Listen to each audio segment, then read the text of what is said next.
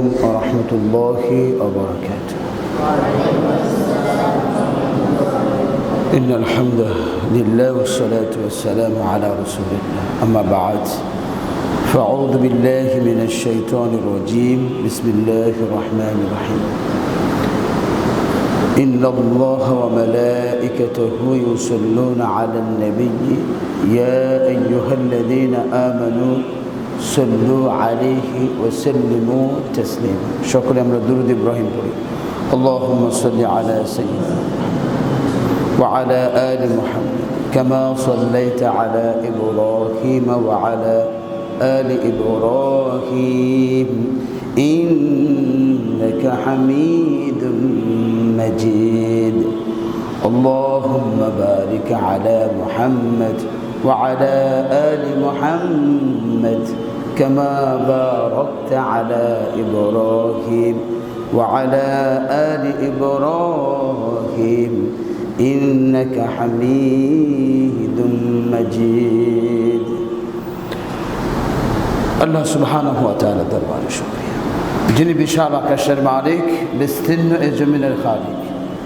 সে আল্লাহ পাকের দরবারে যিনি জিলহজ মাসের প্রথম জুমা, এই জুমাতে জুমার নামাজ আদায়ের জন্য মসজিদে আগে আসার তৌফিক দিয়েছেন, এজন্য বলি আলহামদুলিল্লাহ। হাজারো দুরুদ ও সালাম শামসুল হেদায়াত বদরুদ্দুজা সৈয়দুল মুরসালিন খাতামুন নবিয়্যিন ওয়াল মুরসালিন আফতাব নবুওয়াত শাহিন শাহে রিসালাত সরকারে দু জাহান সুলতানুল মদিনা নবী মুহাম্মদুর রাসূলুল্লাহ সাল্লাল্লাহু আলাইহি ওয়াসাল্লাম। সম্মানিত মুসল্লিয়ান ইকরাম, আমরা গত 3 সপ্তাহ ব্যাপী কুরবানি সংক্রান্ত বিষয়ে আলোচনা শুনছিলাম, করছিলাম। এটা কোনো নতুন বিষয় না, এটা কি প্রত্যেকটা কওমের জন্য আল্লাহ তাআলা এই কুরবানির ব্যবস্থা করেছে, সেটা বিভিন্নভাবে। আর কুরবানির ভিতরে মানুষের সফলতা আছে। সেটা কেমন? যদি কোনো ছাত্র ভালো ছাত্র হতে চায়, যদি কোনো ব্যক্তি আল্লাহওয়ালা হতে চায়, পরহেজগার হতে চায়, মুত্তাকি হতে চায়, তাহলে একজন ইবাদত গোজার ব্যক্তি তাহাজ্জুদের নামাজ ছাড়া আল্লাহর পছন্দনীয় বান্দা হতে পারে? এটা হলো দাবুস সালিহিন, নেককার বান্দাদের অভ্যাস, তাদের কাজ। গভীর রাত্রে আমি আল্লাহ পাকের সন্তুষ্টি অর্জনের জন্য ঘুম থেকে উঠে গেলাম, ঘুমটাকে কুরবানি করলাম। কারণ ঘুমাইতে মজা লাগে না, বিশেষ করে শীতের সময় কম্বলের মধ্যে ঘুমাইতে খুব মজা, গরমের সময় এসির মধ্যে ঘুমাইতে মজা। আর গরমের সময় কেউ যদি স্বাভাবিকভাবে ঘুমায়, শেষ রাত্রে একটু ঠান্ডা ঠান্ডা লাগে, ঘুমাইতে ভালো লাগে না। কিন্তু এই সময় যা, এই মজার ঘুমটাকে কেউ ত্যাগ করে সেই আরামটাকে কোরবানি করে আল্লাহর সন্তুষ্টি অর্জনের জন্য সে যদি দাঁড়িয়ে যায়, তাহলে সে কামিয়াব। সুবহানাল্লাহ। কোনো ছাত্র জামানায় বন্ধু বান্ধবের সাথে অযথা সময় নষ্ট না করে সে যদি খেলাধুলাটাকে, নিজের শখটাকে, ইচ্ছাটাকে কোরবানি করে পড়াশোনায় ব্যস্ত থাকে, তাহলে তার ইলমের মধ্যে বরকত হয়। সুবহানাল্লাহ। আমার বাপ মা তোমাকে, আমাকে, তোমার বাপ মা, আমার বাপ মা মানুষ করেছেন, ওনারা কোরবানি করেছেন। এই যে মানুষ রোজগার করেন, বৃষ্টিতে ভিজে রোদে পুড়ে রোজগার করতে কষ্ট হয় না? কি হয়, কি হয় না? কিন্তু এই ক্ষেত খামারে যারা কাজ করে, এই জ্যৈষ্ঠ মাস, চৈত্র মাস, এই যে রোদের তাপ, এই তাপের মধ্যে তারা তাপ সহ্য করে নিজের আরামটাকে কুরবানি করে তারপরে ঘরের মধ্যে ফসল আসে। সুবহানাল্লাহ।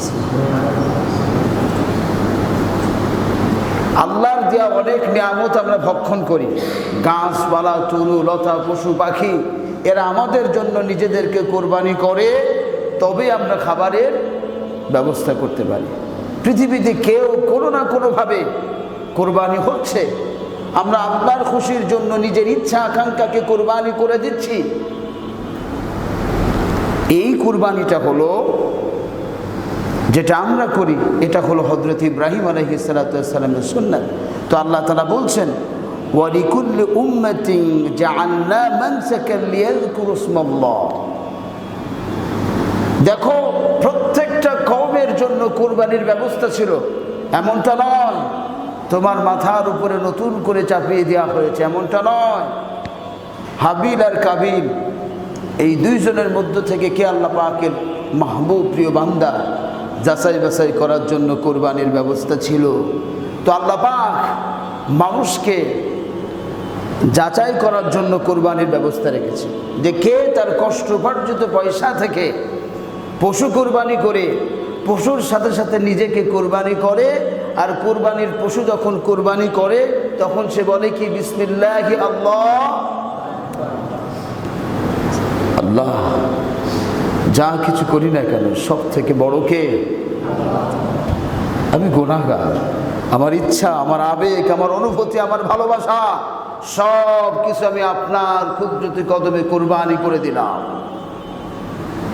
সুবহানাল্লাহ, সুবহানাল্লাহ। এই জন্য আল্লাহ তাআলা বললেন, এটা কোনো নতুন কোনো বিষয় নয়, প্রত্যেকটা কওমের জন্য এই ব্যবস্থা ছিল।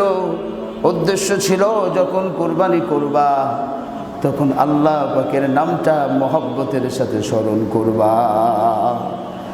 ইব্রাহিম আলাইহিস সালাতু ওয়াস সালামের জন্য কোরবানির ব্যবস্থা করেছিলাম। ইব্রাহিম কোরবানি করে কলিজার টুকরা সন্তান, সে সময় বলে বিসমিল্লাহি আল্লাহু আকবার। সেই সময় কার কথা স্মরণ করেছে? আল্লাহ যা কিছু বলেন না কেন, যে কাজটা করতে বলেন না কেন, সব ক্ষেত্রে আপনার নাম স্মরণ করব। সুবহানাল্লাহ। কিন্তু ভালো কাজ না, চুরি করতে যে আল্লাহ পাকের নাম স্মরণ করব, হ্যাঁ না। কবিরা গোনা বা গোনাহের কাজের ক্ষেত্রে আল্লাহ পাকের নাম স্মরণ করলে কুফুরের ফতোয়া আসবে। যদিও চোর চুরি করতে যে বেশি বেশি আল্লাহরে ডাকে, আল্লাহ এইবারই লাস্ট, আর করতাম না, কয় কি কয় না, এইবারই শেষ, আর কি চুরি করতাম না। চোর কিন্তু এটা বলে থাকে, কিন্তু এরপরেও কিন্তু সে তার কার্যক্রম চালিয়ে যায়। এই জন্য অন্যায় কাজে আল্লাহ পাকের নাম নিয়ে শুরু করা যাবে না। তবে হ্যাঁ, যে বা যারা, যিনি বা যারা আল্লাহর সন্তুষ্টি অর্জনের জন্য আল্লাহর নাম নিয়ে কাজ শুরু করবেন, সেই কাজটা যেন আল্লাহ পাকের হয়ে যায়। যেমন কেউ খাবার খাইতে শুরু করলো বিসমিল্লাহির রহমানির রহিম, সেখানে আল্লাহর নাম নিয়ে শুরু করে দিল। যে ভালো কাজ তারা করলো, সেখানে আল্লাহ পাকের নাম নিয়ে শুরু করে দিল, সেই কাজটা সঙ্গে সঙ্গে বরকতে আল্লাহ পরিপূর্ণ করে দেন। বলুন সুবহানাল্লাহ।